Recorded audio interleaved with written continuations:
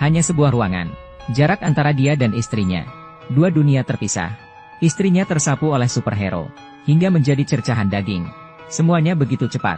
Sampai darah mengenai wajahnya. Dia berbalik dengan perasaan bingung.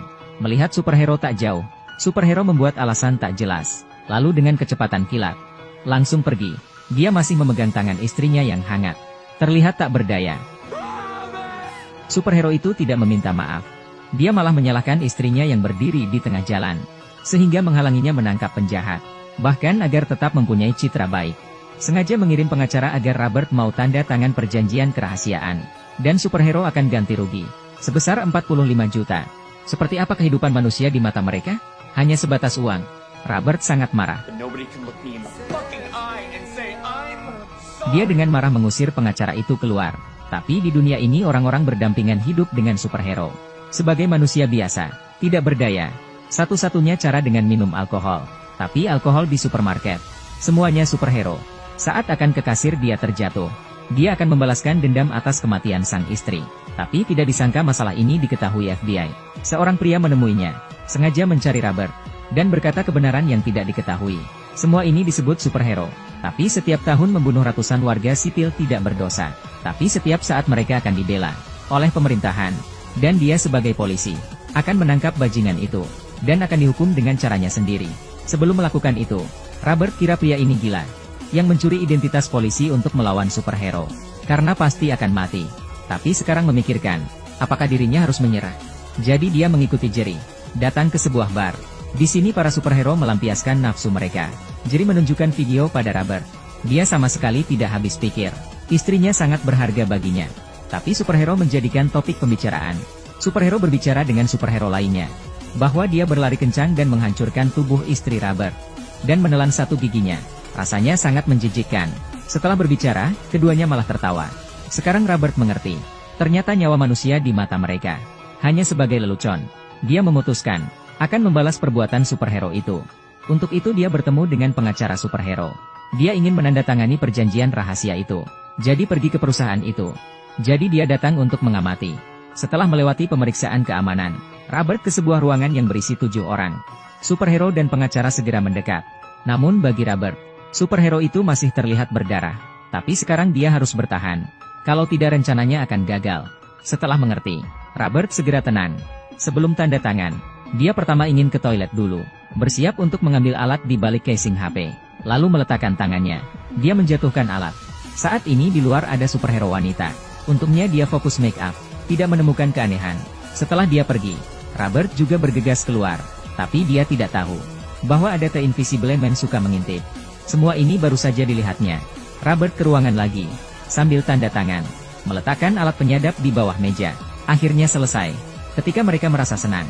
Tapi sudah dilempatkan dengan air. Alat itu sebagai penyadap. Setelah selesai, polisi menyuruhnya pergi. Robert merobek perjanjian itu. Dia pun kembali menjadi penjual. Tapi ada orang tidak terlihat masuk. Robert merasa ada yang masuk.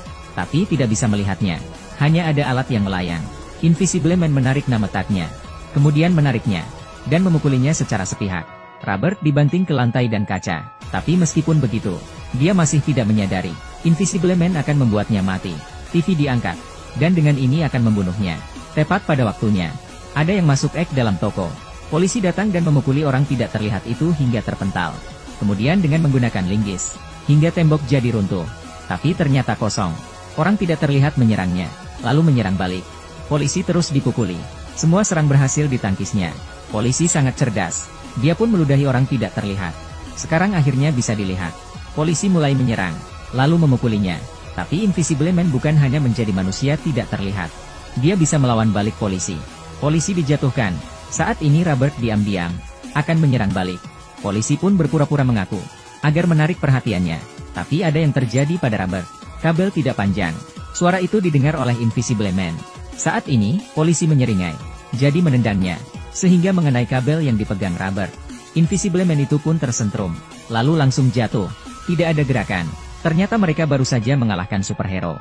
Dan menemukan kelemahan mereka. Robert yang memiliki IQ tinggi. Didukung oleh polisi.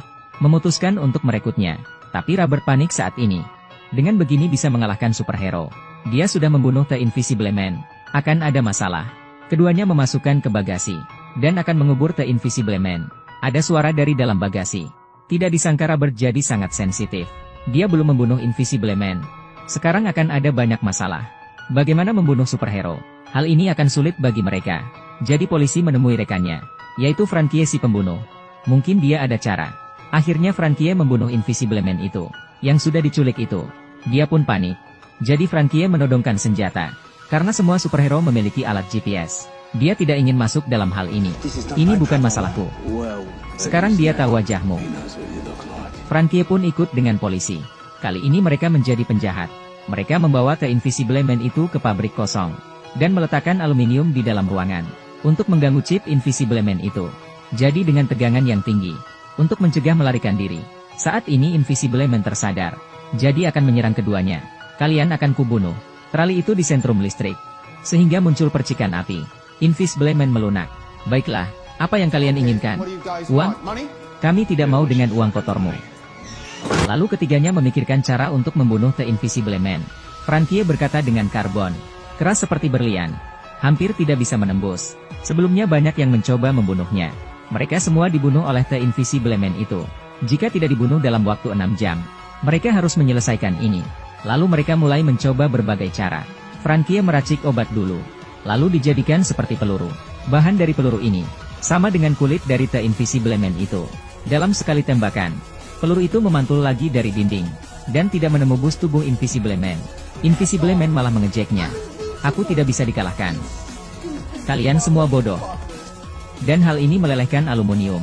Sehingga lokasinya jadi terlacak. Tapi karena sinyal lagi gangguan, tidak bisa menemukan lokasinya. Pencarian akan dimulai. Beberapa superhero sudah bersiap. Waktu mereka hampir habis. Frankie akan mengebornya. Lagi-lagi tidak berhasil. Saat mereka mulai bingung, di TV ada kura-kura. Hal ini membuat Frankie jadi terinspirasi. Dia memakai sarung tangan dan menemui Invisible Man. Ternyata dia sadar bahwa Invisible Man sama seperti kura-kura. Meskipun cangkangnya keras, tapi dalamnya seperti orang normal. Jadi dimulai dari dalam dulu, agar bisa menghancurkannya. Jika menelan bom, mungkin akan dimuntahkannya. Hanya ada satu cara. Apa yang kamu lakukan padaku? Dia akan membunuhmu secara perlahan. Perlahan Invisible Man itu terlihat. Seketika terdiam. Agar bertahan hidup, dia langsung bernegosiasi. Berkata bahwa dia memiliki pacar yang sangat dicintainya. Jika ada sesuatu bisa hubungi saja. Mendapat jawaban ini, mereka ingin meledakkan bom. Untuk membunuh Invisible Man. Tapi dihentikan Frankie. Ternyata dia melihat ada yang tidak beres. Ada seorang superhero hitam mendekati mereka. Dan ini adalah superhero yang lebih kuat.